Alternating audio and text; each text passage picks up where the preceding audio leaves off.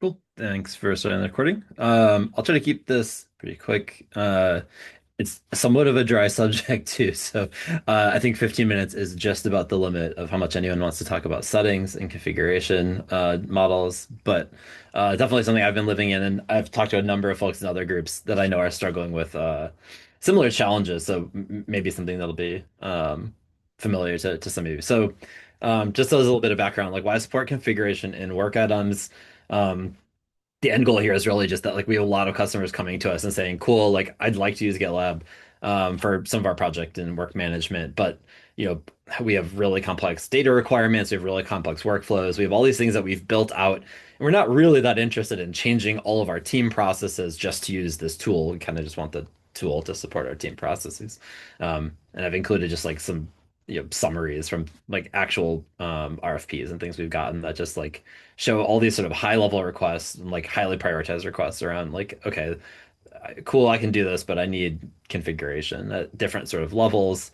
At the end of the day, every team works differently, even two teams um, within the same org works differently. There's a PM I've talked to a few times from one of our customers that supports two separate teams, and like they don't even use the same agile methodology. So he's like jumping between these two different worlds. One's using like Scrumban, one's using this like modified Kanban, like more simplified process. And at the end of the day, he just needs a tool that can do both really well. So that's kind of our overarching goal is to support all of those. Some of the challenges that we're looking at with configuration is that we need to build on what existing customers use. So for the folks that have adopted GitLab for planning, they've often spent considerable effort and pain setting up this organizational structure to kind of support what they want to do. We don't make it as easy as we need to. They've configured their groups and their projects in all these different ways, and they want to see that kind of payoff, and they don't want to have to like go back and change that. But at the same time, we don't want to require that for every new customer because we have a lot of teams that see that those requirements and kind of think, great, that's too much. I don't really want to do that. I have maybe a really great setup for our code management. I'm not going to like reorg all of that to do work management. Can we make that simpler?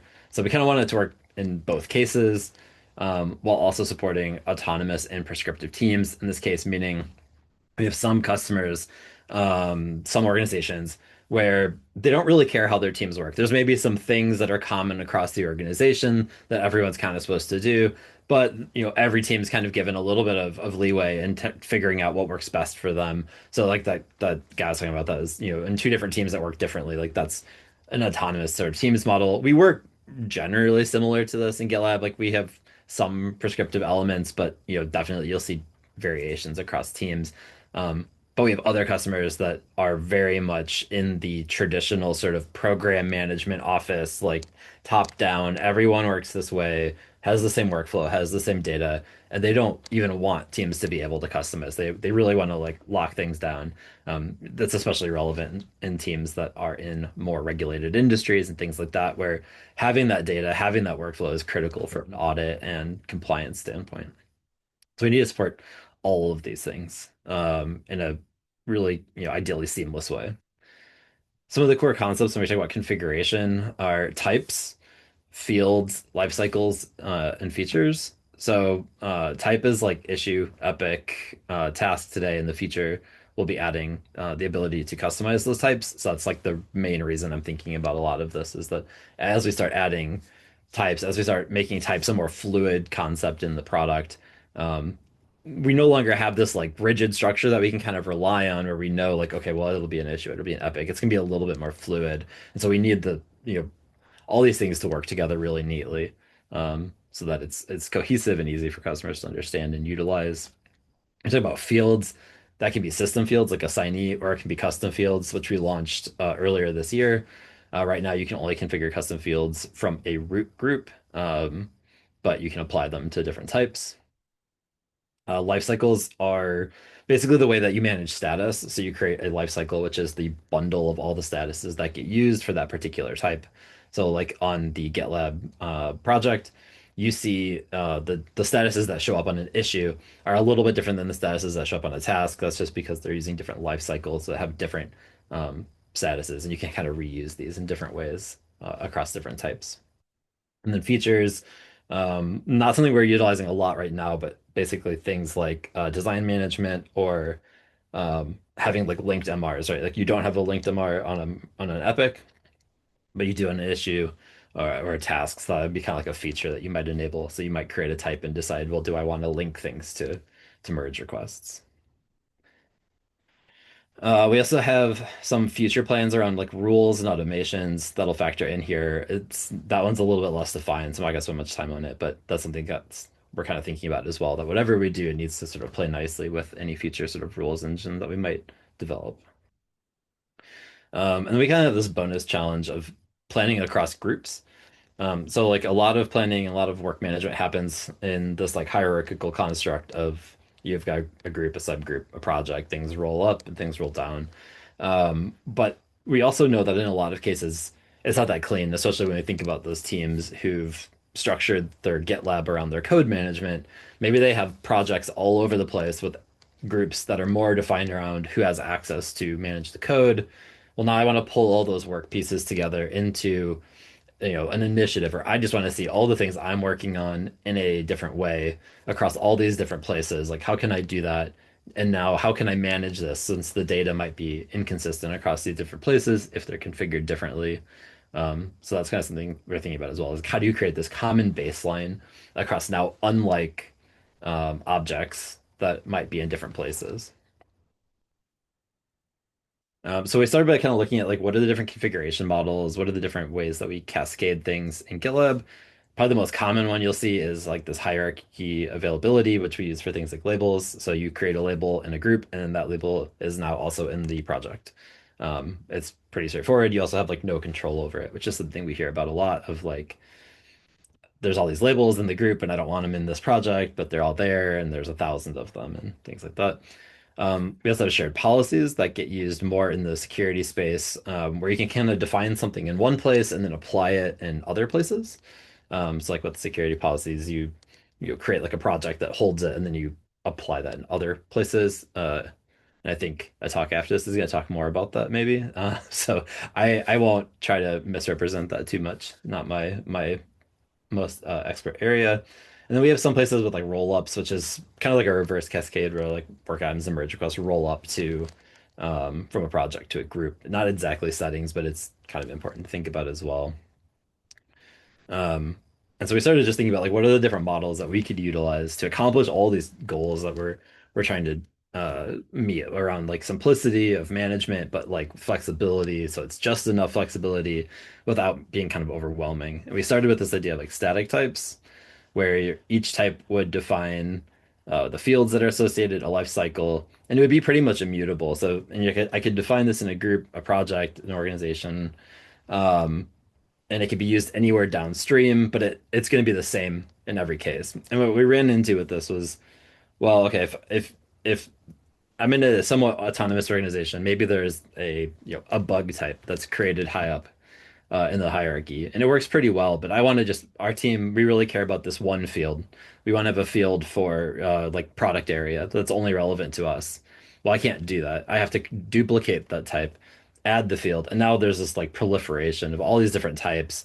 And when you roll them all up into a board at some top level, it's like, what am I can't even compare. There's no kind of apples to apples anymore. There's bug one, bug two, bug three types that are all very different. So it got really messy. We started thinking about this idea of base types. To be honest, this is like complicated enough that when I went back to the looking at it, I only kind of remembered how it worked, which probably speaks to how easily customers would pick up on it. But it was something around having like a base type that you would then extend with another type. So you'd have some sort of core common element, but it's just too confusing. There's just too much going on there. And then we kind of landed on this model that, and kind of working with my product and engineering counterparts, we all feel like works really well, where we have types that are defined only kind of at the highest level. So we're, hopefully going to be able to use this in the organization level, but it might be like root groups for .com and things like that for now. And then you can extend that everywhere else. So you could create a type, call it bug, and put like nothing in it. And then you could just let teams define how they manage bugs. And like, so we'd start with issues, we'd start with epics, start with tasks, the things that we have today, incidents and service desk tickets potentially as well. They'd have some predefined configuration that you could then change. Like, let's say you don't care about having milestones on tasks. You could disable that field, but then you could add a custom field or something like that. And then you can utilize this in any downstream group or project. So you could turn it on or turn it off if you don't think it's relevant there. And then you can add fields and change the life cycle. So if you're like, well, okay, I want to use this bug type that's defined up here, I get all the fields it comes with, I add my own fields. And then you could decide whether to use the statuses that are set at the top level, or do you want to use statuses that you defined? Like, do you have a different workflow? And what we can do for those more structured orgs is basically just have one setting that says do not allow configuration and just kind of cut that configuration off right at the top level so they can sort of just set it once and not have any of this sort of extension and modification. In the future, still thinking about this idea of like policies. So it'd be the same idea of you have this sort of types that get defined once and then extended, but with more tools to kind of bundle those. So you could have, let's say, three different variations of bugs that are all available and then packaged with chores and features and other types that you think are relevant so that you could share this in a more sort of reusable way as an alternative. So this would just be like sort of an additive thing that we could do to allow teams to basically define like here's our like R&D project setup and it has these types in it, or here's our infrastructure project setup that maybe has some slightly different types or slightly different definition of those types. Um, so when we apply this, we can basically see like, okay, we've got this bug type defined in the organization. It's available to use everywhere downstream. We can define custom fields at every level in this model. So today you can only define them here. We're going to add that to everywhere else. And then I can use those in each of those places. Same with life cycles. So we could create life cycles wherever we want and define those. Life cycles, again, are like the collection of statuses with some sense of order given to them. And then we can see, okay, we got a bug item at the root level that has a few fields in the engineering lifecycle. And then here in the group level, we've added the severity field that lives here. At the project level, we've got the severity field from the group plus this feature area field from the project. And then in this alternate project, we could skip the feature area one because it's like a project field, and we can add this line field from the project. So we have both sort of some top-down and sort of some local configuration to hopefully hit that blend of like simple configuration with just enough autonomy. So where we're at, we're setting a validation with customers right now. We have a bunch of customers that we've talked to in the past about this that are expressing interest in this or kind of waiting on this feature. So we're going to take this out to them and make sure that, can they kind of uh, basically map what they're trying to do into the structure? Like, does it provide the right blend of configuration where it's not too hard to understand? It's also not too restrictive. There's a few parts that are we're still restricting somewhat, like where you can create types. So that's kind of what we're looking to learn. I think I'm about at time, so I won't go into any of these resources, but if you want to, they're all linked here. And like there's a prototype you can kind of quickly run through to see like how might this actually work in practice through some settings and things like that.